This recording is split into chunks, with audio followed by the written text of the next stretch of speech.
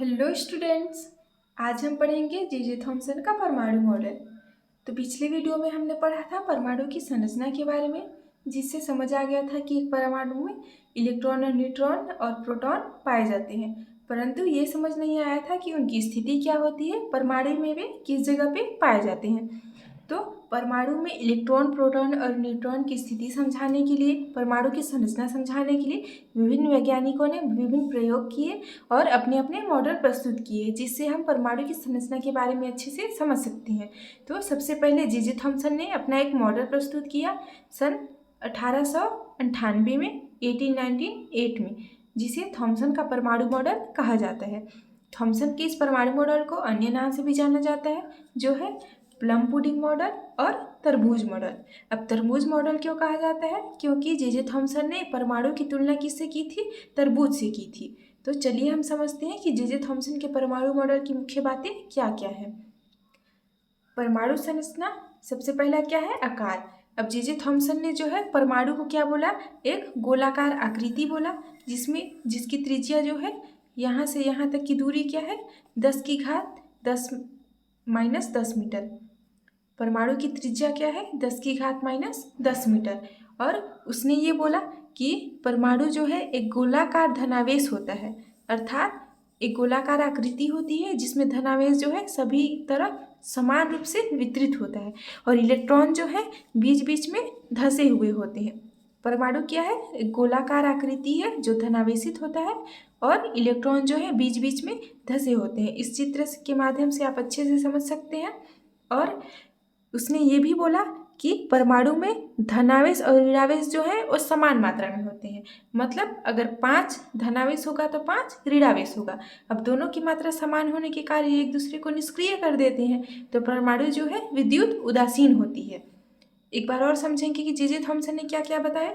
सबसे पहले बताया कि परमाणु जो है गोलाकार आकृति है और धनावेश समान रूप से सभी तरफ वितरित होता है और इलेक्ट्रॉन जो है बीच बीच में धंसे हुए होते हैं।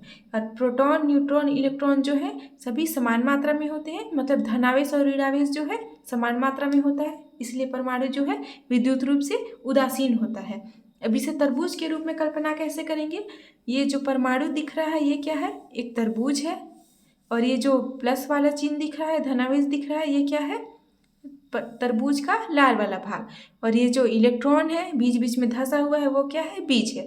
इसलिए जे थॉमसन के परमाणु मॉडल को तरबूज मॉडल भी कहा जाता है। इसमें जितनी भी मुख्य बातें हमने समझी उसे एक टेबल के द्वारा समझ सकते हैं, इसे आप ट्रिक भी समझ सकते हैं।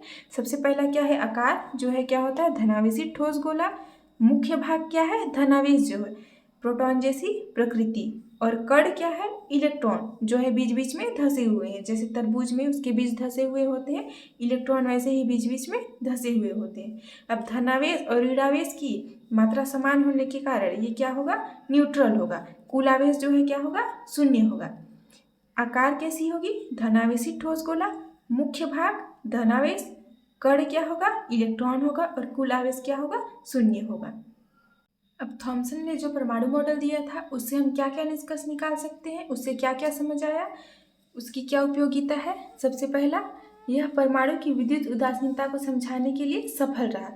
उसने बताया था ना कि परमाणु में इलेक्ट्रॉन और प्रोटॉन मतलब धनावेश और ऋणावेश दोनों क्या है? समान मात्रा में होते हैं, इसलिए परमाणु जो है विद्युत रूप से उदासीन होता है। और दूसरा उपयोगिता क्या है? इसने यह स्पष्ट किया कि परमाणु का द्रव्यमान पूरे परमाणु में समान रूप से वितरित होता है, अर्थात जैसे परमाणु है, ये देख सकते हैं परमाणु है, इसमें ये यहाँ पे जो वजन है वो समान रूप से वितरित है। ऐसा नहीं है कि यहाँ पे वजन ज़्यादा है, यहाँ पे वजन ज़्यादा है। इलेक्ट्रॉन और ये प्रोटॉन जो है समान रूप से वितरित है, इसलिए इस परमाणु का जो है वजन हो क्या होगा? समान रूप से सभी तरफ एक बराबर होगा, समान रूप से वितरित होगा। अब परमाणु मॉडल में कुछ कमियां भी थी, जो क्या थी? सबसे पहला, यह मॉडल रदरफोर्ड के अल्फा कण प्रकीर्णन के प्रयोग के परिणामों की व्याख्या नहीं कर पाया। और दूसरा, यह परमाणु के स्थायित्व को पूरी तरह से नहीं समझा पाया। अब हम आगे की वीडियो में परमाणु के रदरफोर्ड मॉडल के बारे में पढ़ेंगे। इसी तरह रसायन विज्ञान की सभी टॉपिक्स को आसानी से समझने के लिए हमारे चैनल को ज़रूर फॉलो करें, ज़रूर सब्सक्राइब करें। वीडियो अच्छी लगी हो तो लाइक करें और चैनल को सब्सक्राइब करना ना भूलें।